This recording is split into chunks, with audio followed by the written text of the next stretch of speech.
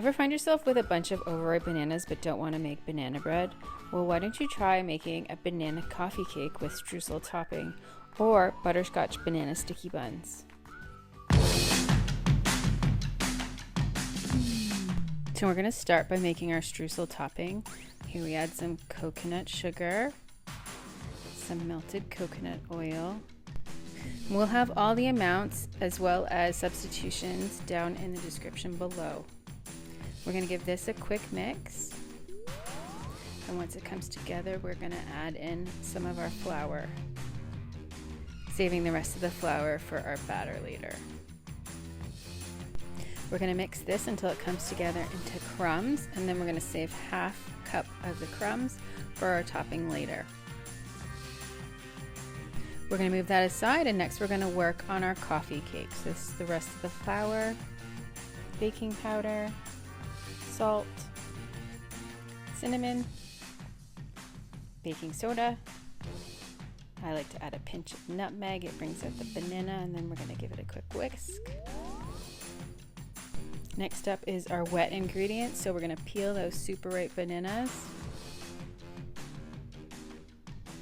We're going to get them in a bowl and give them a quick mash. Now it's up to you how much you want to mash them. I like to leave a bit of chunks so that you get a flavor bite when you bite into your coffee cake, but if you don't like that, you can mash them up really, really good, or even puree them in a blender. Oops, a little bit of banana skin. Get that out of there.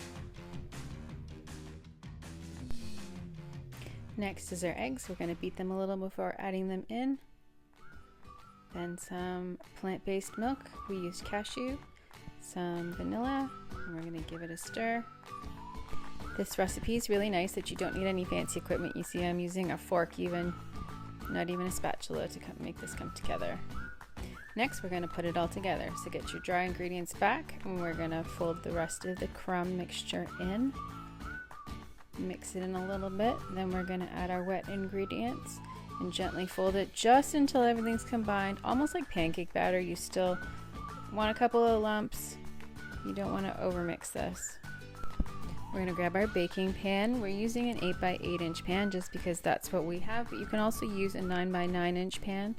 The batter will be a little bit thinner and it'll cook a little faster, so just check on it a couple minutes early just to make sure you don't overbake it. We like to use these oven-safe metal clips to hold our parchment out of the way when we pour our batter in. Saves us making a big mess. After you smooth out your batter, then we're going to grab our crumb mixture, the half cup that we saved from earlier, and we're going to crumble it across the top of our coffee cake. Now, it was really warm when I was working on this, so it's not as crumbly as I would have liked. It's kind of sticking to my hand, so you can pop it in the fridge so it's a little more crumbly and easier to spread out. Let's pop it in the oven. We've got the oven preheated at 375, and we're going to bake it for 25 minutes. But everybody's oven is different, so do the toothpick test to make sure that yours is done. And you're going to put it in a cooling rack for a few minutes before you pull it out to cut it.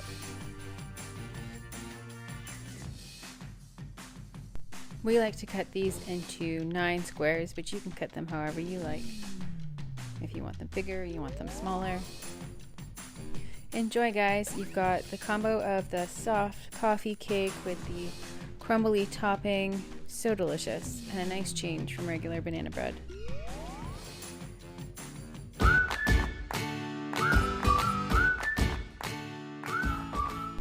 Next up, we're making banana butterscotch sticky buns. We start by prepping our pan with some coconut oil. You can use butter, vegan butter, and our sugar. We're using coconut sugar here, and some chopped pecans. We're going to give that a quick stir. We're going to pop that in the oven so it can melt before we add our sticky buns.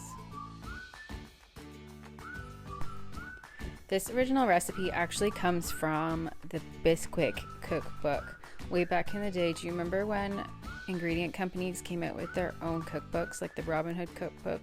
That's another great one too. So this original recipe called for just mashed banana and Bisquick, but we've pulled it apart into each of the components, as well as making it gluten-free and dairy-free as well. So it's still a pretty simple recipe that comes together really quick.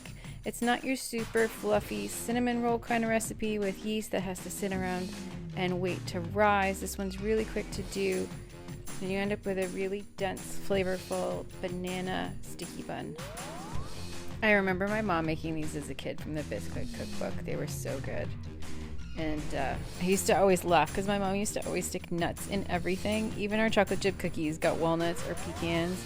But now as a grown-up, I totally get it. And we have an option here where you can add some cinnamon or some extra pecans to your filling. This is what we always do, but if you don't want to, you can leave that out. I like to use the parchment to help me roll up the sticky buns. It kind of helps keep it together, make it nice and tight roll. And here we cut them into 12 pieces. They end up on the smaller side.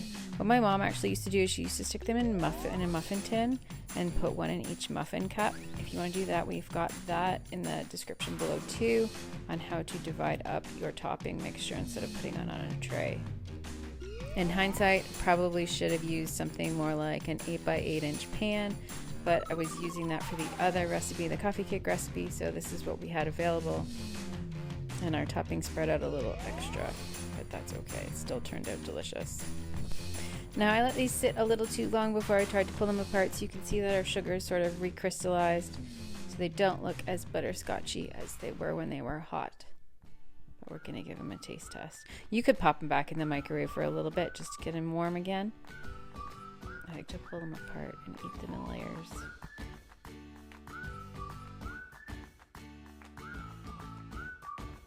Now I can't possibly eat all these by myself in one sitting, so let's get them packed up in an airtight container and we can pop them in the fridge and you can share them too.